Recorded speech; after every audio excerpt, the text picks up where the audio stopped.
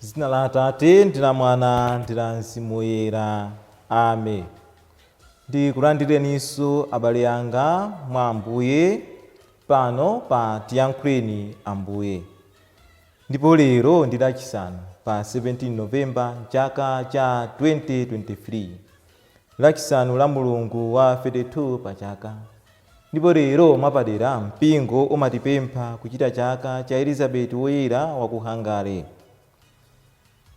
Mawu athu amene tiwamve siku la lero, mawu athu oyamba achokera m'buku la Luntha mutu wa 13 kuyambira ndime ya 1 kuzalekeza ya 9. Amene akutiwerengera mawu oyamba ndi Peter Muyanga wachinyamata kuchokera ku Martyrs of Uganda Parish, Vumbwe, mu Archdiocese ya Blantyre.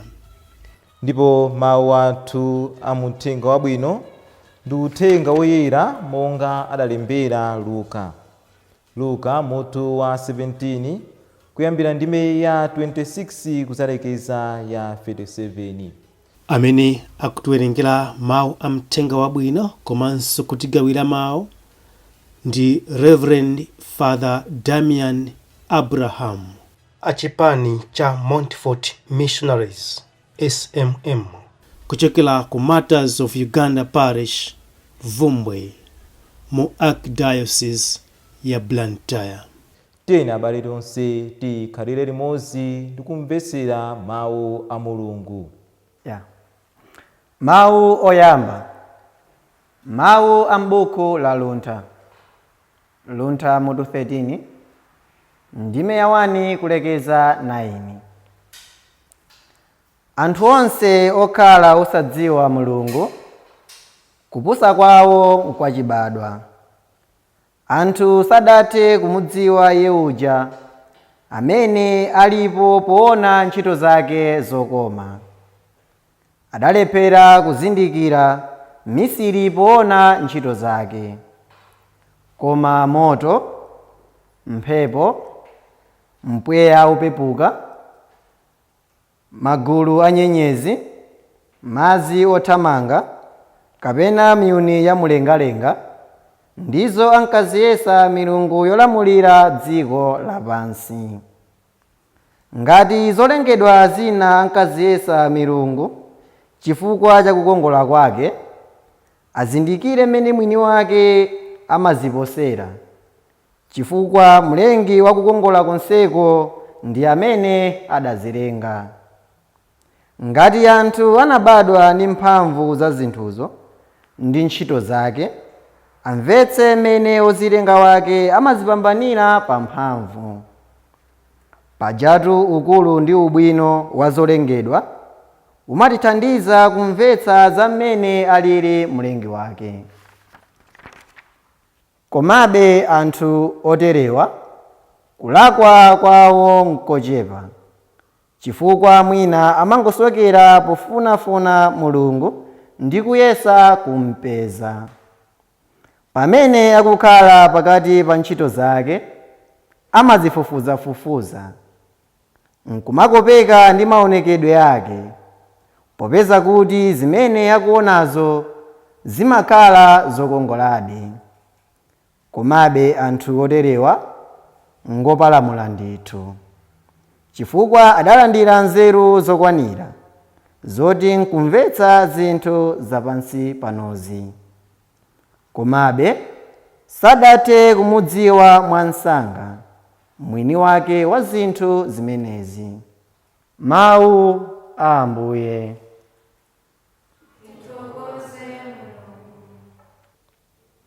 Ambuye akhale nanu. Mawu amuthenga wabwino monga adalembera Luka mutu wa 17 kuyambira ndime ya 26 kuzalekeza ya 37. Pa nthawi yomweyo Yesu adali kuphunzitsa adati, monga momwe zidachitikira pa nthawi ya Nowa, zidzateronso pa nthawi ya Mwana wa Munthu. Masiku amenewo anthu ankangodya ndi kumwa, ankakwatira ndi kumakwatiwa mpaka tsiku limene Nowa adalowa mu chombo. Pamenepo chigumula chidafika nkuwononga onse, monga momwe zidachitikiranso pa nthawi ya Loti. Anthu ankangodya ndi kumwa, ankagulitsa malonda, ankazala mbewu, ankamanga nyumba.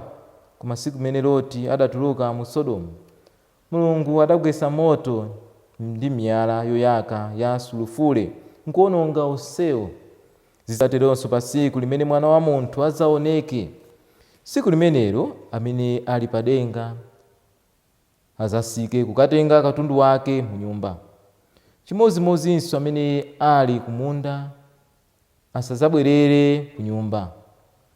Kumbukirani za mkazi wa Loti. Aliyense woyesa kuzisungira moyo wake azawutaya, koma wotaya azawusunga. Kunena zoona, usiku umenewo padzakhala anthu awiri pa bedi limodzi, mmodzi adzamutenga, winayo kumusiya. Azimayi awiri adzakhala akusinja pamodzi, mmodzi adzamtenga, winayo kumusiya. Anthu awiri adzakhala ali kumunda, mmodzi adzamutenga, winayo kumusiya. Apo ophunzira ake adamufunsa kuti, kodi zimenezi zidzachitikira kuti Ambuye? Yesu adati, kumene kwafera chinthu, kumeneko kumasonkhana miphamba. Mthenga wa Ambuye. Abale anga mwa Ambuye, lero tamva kale kuti mpingo mwapadera ukutipempha kulemekeza kukumbukira Elizabeti woyera wa ku Hungary, amene adabadwa ku banja la chifumu m'dziko la Hungary mchaka cha 1207. Ndipo timamva kuti adamwalira pa 17 Novemba mchaka cha 1231. Ndipo tikayang'ana moyo wake, tikayang'ana mbiri yake, iyeyo amatiphunzitsa zinthu zingapo. Timamva kuti ankakonda kuchita ntchito zachifundo, anali munthu wodzichepetsa, wokonda kudziyeretsa, komanso ankakonda kupemphera. Izinso ndi zimene ndine tiyenera kuphunzira kuchokera moyo mwake. Makamaka tikalumikiza bwinobwino ndi mawu athu amene tawamva tsiku la lero. Akuti nthawi zonse tiyenera kukhala okonzeka, chifukwa nthawi imene Ambuye Yesu akubwera sikudziwika. Pamene tili pansi pano tizizindikira kuti tizachokapo, ndipo pansi pano sipakwathu, tizabwerera kwathu kumene kuli kumwamba. Choncho pamene tili pansi pano tiyenera kugwiritsa ntchito moyenera nthawi imene ife tili nayo. Nthawi zambiri pamene tili pansi pano timakhala anthu okomedwa, timayiwala kuti tizachoka. Timatayirira ndi kumachita zinthu zambirimbiri zimene zingatithandize ife kuti tikapulumuke. Koma Mulungu ndi wachifundo, Mulungu anatipasa moyo. Ndipo Mulungu anatipasa mphatso zosiyanasiyana zotithandiza kuti ndine tizigwiritse ntchito moyenera pamene tikukonzekera za ufumu wake, zimene tiyenera kumutumikira nazo iye, komanso kutumikira nazo anzathu. Mawu athu amene tawamva tsiku la lero, tamva kuti anthu ambirimbiri anali otanganidwa ndi zinthu zambirimbiri, ndipo samadziwa kuti chichachitike ndi chiyani. Tamva poyamba anthu amene adali nthawi ya Nowa, kuti adali otanganidwa ndi zinthu zambirimbiri, koma mayiwala chimodzi kuti azachoka pansi pano, mpaka na chigumula chidafika kuwononga onse. Inunso ndi ine tiyenera kuzifunsa lero kuti pamene tili pansi pano, kodi moyo wathu makamaka ufumu wa Mulungu tikukonzekera motani? Kodi moyo wathu ndi otani? Zintchito zathu ndi zotani? Zoyankhula zathu ndi zotani? Koma titha kuona kuti ambiri mwa ife timayiwala kuti pansi pano tizachoka. Tatayirira mu zinthu zambiri, sitikugwiritsa ntchito bwino nthawi imene ife tili nayo. Ambiri tatanganidwa moti tikonzeza moyo wathu. Mwina tatanganidwa kumakonza moyo wa ena, mwina tatanganidwa kumayambisa mbiri za ena, mwina tatanganidwa kumachita zinthu zoyipa zimene sizigwirizana ndi Chikhristu chathu, mwina tatanganidwa kumanena miseche ena, mwina tatanganidwa kumayambanisa ena, mwina tatanganidwa moti tibweretse mtendere kumabweretsa chisokonezo pakati pa anthu, mwina tatanganidwa kukhulupirira milungu yaboza. Koma mawu alero akutithandiza kuti inu ndine pamene tili pansi pano tikumbukire kuti tizachoka, lizafika tsiku limene zonse zizatha, limene inu ndine tiyenera tizamuuze Mulungu zimene ife takhala tikuchita pamene tili pansi pano. Inu ndine tikufuna tikalowe mu ufumu wa Mulungu, koma ku ufumu wa Mulungu sitimangopita chonchi, tiyenera kukonzekera bwino. choncho kuzera moyo wa Elizabeti wa ku Hungary woyera amene tamva lero, amene tikumkumbukira lero, tamva kuti nthawi zonse anali munthu amene ankakonda kuziyeresa komanso kuchita ntchito za chifundo, komanso ankakonda kupemphera. Inunso ndine lero kuzera moyo mwake pamene tikukonzekera za ufumu wa Mulungu, tiyeni nafenso tiphunzire kumakhala anthu okonda kupemphera nthawi zonse, anthu omaziyeresa, anthu omakonda kulapa machimo athu, anthu omadana ndi zoyipa. Pa zonsenso tikhale anthu otanganidwa kumachita ntchito zachifundo, chifukwa kuzera mu ntchito zachifundo timamutumikira Mulungu, ndipo Mulungu amakhala wosangalala kuona inu ndine tili otanganidwa kumutumikira Iye, makamaka pamene tikutumikira anthu amene Iye adawalenga, anthu makamaka amene ali ofowoka, anthu amene akuzunzika njira zosiyanasiyana chifukwa cha umphawi, matenda komanso nkhondo ndi umasiye.